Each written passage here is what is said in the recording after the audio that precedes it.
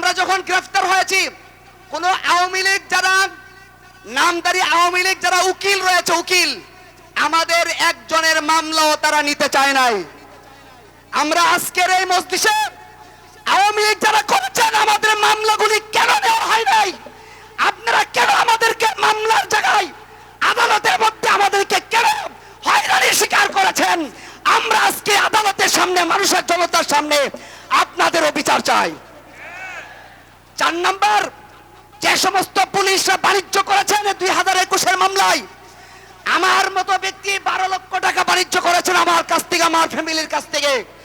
এবং যে সমস্ত মাজলুম এখানে রয়েছে, প্রত্যেকটা মাজলুম, আমরা যারা জেল হাজতে ছিলাম, আমাদের উপরে যে ধরনের নির্যাতন করা হয়েছে, আমরা এতদিন পর্যন্ত নির্যাতনের ভাষাটিও আপনাদের সামনে বলতে পারি নাই। এমন কোনো আলেম নাই ব্রাহ্মণবাড়িয়াতে যাকে 2 বার 3 বার 5 বার 7 বার পর্যন্ত রিমান্ড দেওয়া হয়েছে। আমাদের কয়েকজন আলেম, কারি মুজাম্মেল হক, সৈয়দ কাসেম, মৌলানা বরকতুল্লাহ সহ এই ব্রাহ্মণবাড়িয়া থানার ভিতরে যেই পরিমাণ নির্যাতন করা হয়েছে, যেই পরিমাণ আঘাত করা হয়েছে, প্রত্যেকটি আঘাতের বিচার চাই। 1 2 নাম্বার, আমাদের উপরে যে রিমান্ড বাণিজ্য হয়েছে, যেই পরিমাণ রিমান্ড বাণিজ্য, একটা রিমান্ডের নাম দিয়ে আমাদের পরিবার পরিজনদের থেকে যেই পরিমাণ টাকা হাতিয়ে নেওয়া হয়েছে, আমি 1-2টা নাম না বললেও নয়। আশুগঞ্জ থানার এক কনস্টেবল ছিল, তার নাম সুহান। সুহানের নির্যাতনে আমার এক ভাই মৌলানা শাহাদত, তার বৃদ্ধাঙ্গুলের পায়ের নখগুলো উঠিয়ে দেওয়া হয়েছে। আমি এই সমস্ত মানুষের সামনে, সুহান এমন কোন ব্যক্তি নাই, এমন কোন আলেম নাই, এমন কোন আসামি নাই যার থেকে টাকা খায় নাই, এবং আলেমদের থেকে আলেমদের পায়ের নখগুলো উঠিয়ে দেওয়া আছে। আমি সকলের সামনে সুহানের বিচার চাই। 3 নম্বর, আমরা কোর্টের মাধ্যমে নির্যাতিত হয়েছি। আমরা যখন গ্রেফতার হয়েছি, কোন আওয়ামী লীগ যারা নামদারি আওয়ামী লীগ যারা উকিল রয়েছে, উকিল আমাদের একজনের মামলাও তারা নিতে চায় নাই। আমরা আজকের এই মজলিসে আওয়ামী লীগ যারা করেছেন আমাদের মামলাগুলি কেন নেওয়া হয় নাই, আপনারা কেন আমাদেরকে মামলার জায়গায় আদালতের মধ্যে আমাদেরকে কেন হয়রানির শিকার করেছেন, আমরা আজকে আদালতের সামনে মানুষের জনতার সামনে আপনাদেরও বিচার চাই। 4 নম্বর, যে সমস্ত পুলিশরা বাণিজ্য করেছেন 2021-এর মামলায়, আমার মতো ব্যক্তি 12 লক্ষ টাকা বাণিজ্য করেছেন আমার কাছ থেকে, আমার ফ্যামিলির কাছ থেকে। এবং যে সমস্ত মাজলুম এখানে রয়েছে, প্রত্যেকটা মাজলুম থেকে লক্ষ লক্ষ টাকা হাতিয়ে নেওয়া হয়েছে। আমরা তখন জবান খুলতে পারি নাই। ওই সমস্ত যারা আমাদের মাজলুম আলেমদের থেকে এভাবে টাকাগুলি নেওয়া হয়েছে, প্রত্যেকটা টাকার হিসাব নিয়ে ছাড়বো ইনশাআল্লাহ। ভাইরা আমার, আমি 2-1টা কথা না বললেই নয়। এখানে যে সমস্ত তৌহিদি জনতা আছেন, টুপি দাড়িওয়ালারা, বাংলাদেশের মানুষ টুপি দাড়িওয়ালাদেরকে কেমন যেন মনে হয় তাদের কাছে। আমি বলে দিতে চাই, বর্তমান বাংলাদেশ বৈষম্য বিরোধী বাংলাদেশ।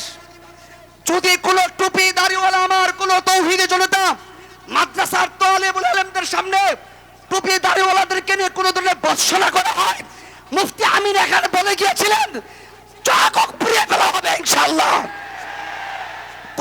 কোন ছাত্রের সামনে, কোন উলামার সামনে যদি কোথাও টুপি দাড়িওয়ালা ভাই কোন রকমের বৈষম্যের শিকার হয়, ইনশাআল্লাহ আগামীর বাংলাদেশ তাদের জবাব দিয়ে ছাড়বে।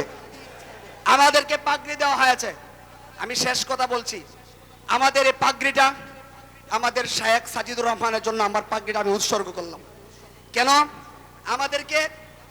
আমাদেরকে বের করে আনার জন্য উনি যে অক্লান্ত মেহনত করছেন, উনি যে কষ্ট করেছেন, 1000 আসামিদেরকে বের করে আনার জন্য বারবার যে নির্যাতনের শিকার হয়েছেন, আমার মাথার পাগড়িটা আমি